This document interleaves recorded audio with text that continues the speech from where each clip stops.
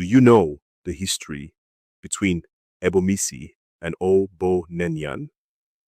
In the 15th century, during the reign of Oba Ewere Ogidigan I, the great Benin Kingdom witnessed an era of deep mysticism, a time when powerful medicine men walked the land like gods among men. Names like Ohavan of Iriri, Ovator of Igeaduma, Azuku of Ogan, to name a few.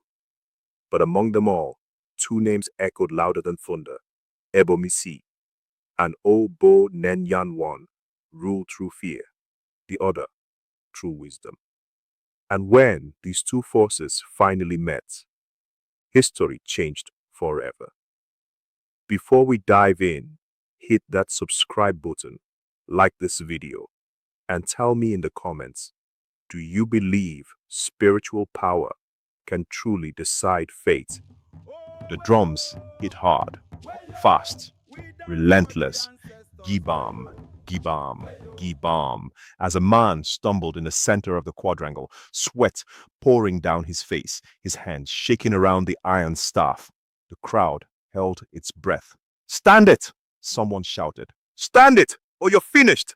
The man cried out, "Spirits of my fathers, do not fail me today!" He struck the ground.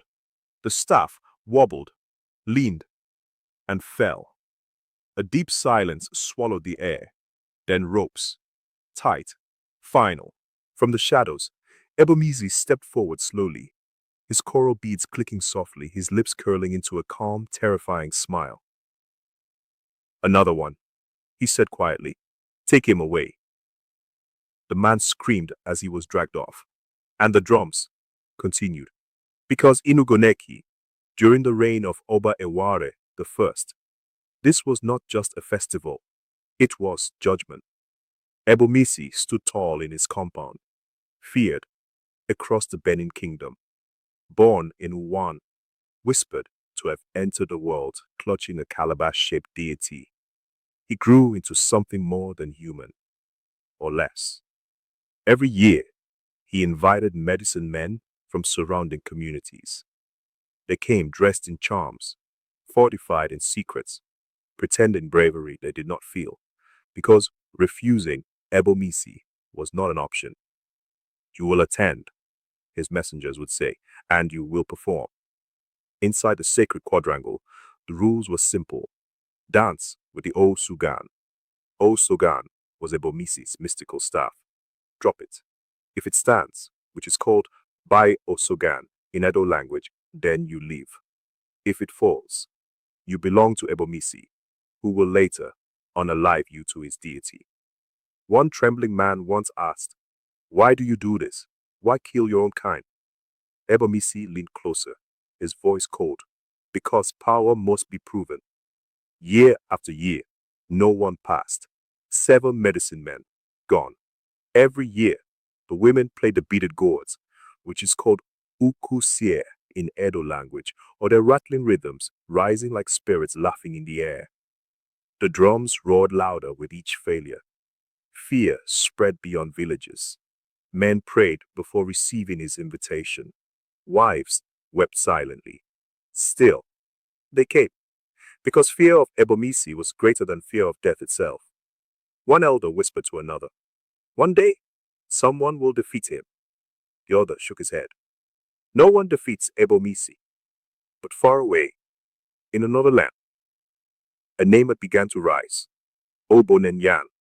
Some said he was an albino, so they called him Obonenyan, while some said he was Ayan community. A man some called strange, some called chosen, and some called dangerous. When news of him reached Ebomisi, something dark stirred inside him. "Obonenyan," he muttered. Then he smiled. Sent for him. Because this time, the festival would not just claim victims, it would test a legend. If this opening already has you hooked, go ahead and like this video, subscribe to the channel, and tell me in the comments, would you attend Ebomisi's festival if you were invited?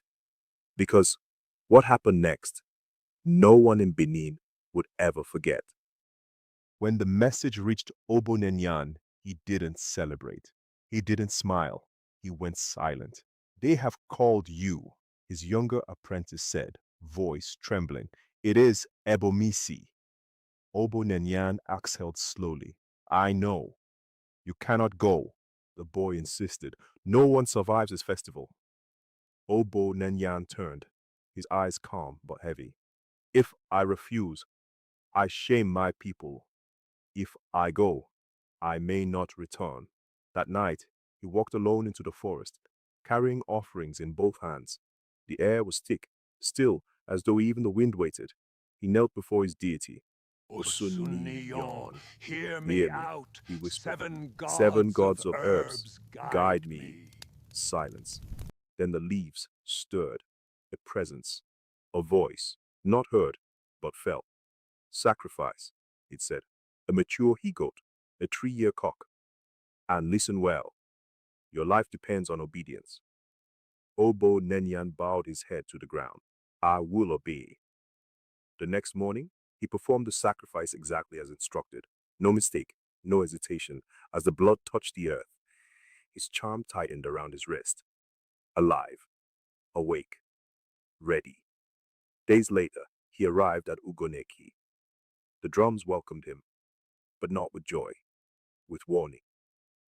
Ebomisi watched from a distance as Obo Nenyan entered his compound. Their eyes met. A moment of silence. Then Ebomisi stepped forward. My brother, he said, smiling, you honor me. Obo Nenyan nodded slightly. I honored the invitation, but inside, both men understood. This was not friendship. This was war. The festival began. One after another, medicine men stepped forward. One after another. They failed. The Osugan fell. Cries echoed. Ropes tightened. Obo Nenyan watched everything, carefully, patiently. Then his turn came. The crowd leaned forward. That is him. The one from Ayan.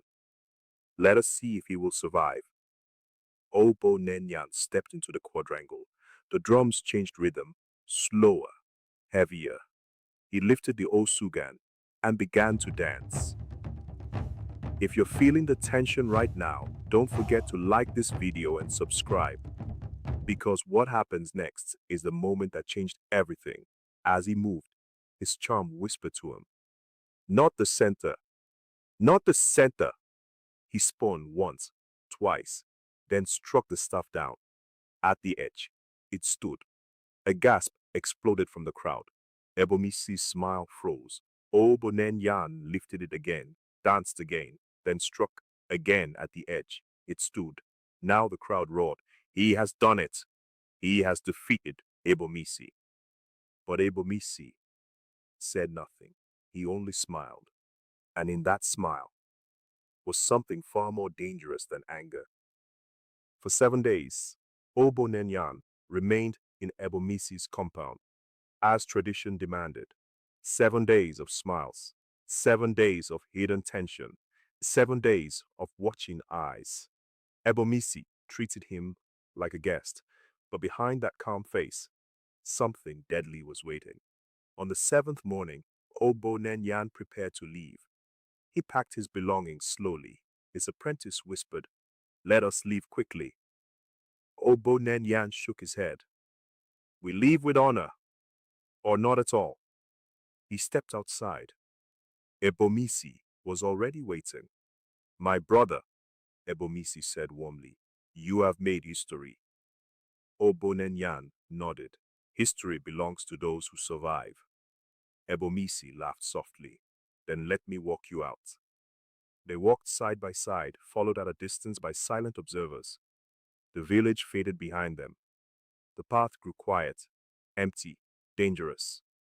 Inside Ebomisi's hands, something moved. A spiritual serpent, summoned from rage, hidden from sight, deadly beyond imagination. They stopped. This is where I return, Ebomisi said. Obo Nenyan turned to him. Then, I thank you. They reached out. Their hands met, and in that instant, the serpent struck. But something unexpected happened. A burst of fire exploded between them. Ebomisi screamed, not in anger, in pain, real pain. His body jerked violently as the force rebounded into him, burning through him like wild flame. No! No! He cried. He fell to the ground. His servants rushed forward in panic. What happened? Master! Obonenyan stepped back slowly, watching him. Then he laughed, not loudly, but deeply.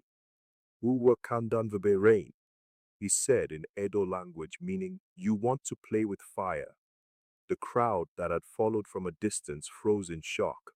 Ebomisi, the man no one could defeat, lay broken on the ground, burnt by his own power, defeated, not by strength, but by wisdom. The news spread across the Benin Kingdom like wildfire. For generations, people still remember that day. And they will always say, one may have this and not have the other, because Ebomisi had power, but Obonenyan had wisdom. And in the end, that made all the difference. The moral lessons of this story are, no one has all power. No matter how strong you are, someone else has what you lack. Pride leads to downfall. Ebomisi didn't lose because he was weak. He lost because he was arrogant. Wisdom beats strength. Obonenyan didn't overpower Ebomisi. He outsmarted him. Respect others' abilities. Competition without respect becomes destruction. Preparation is everything. Obonenyan survived because he sought guidance before acting. If you enjoyed this powerful story from the Benin Kingdom, don't forget to subscribe, like, and drop a comment to Naija Story Vault TV. Who do you think truly won, power or wisdom? And tell me, who do you think was more powerful, Ebomisi or Obonenyan? And most importantly, what would you have done if you were invited to that deadly festival?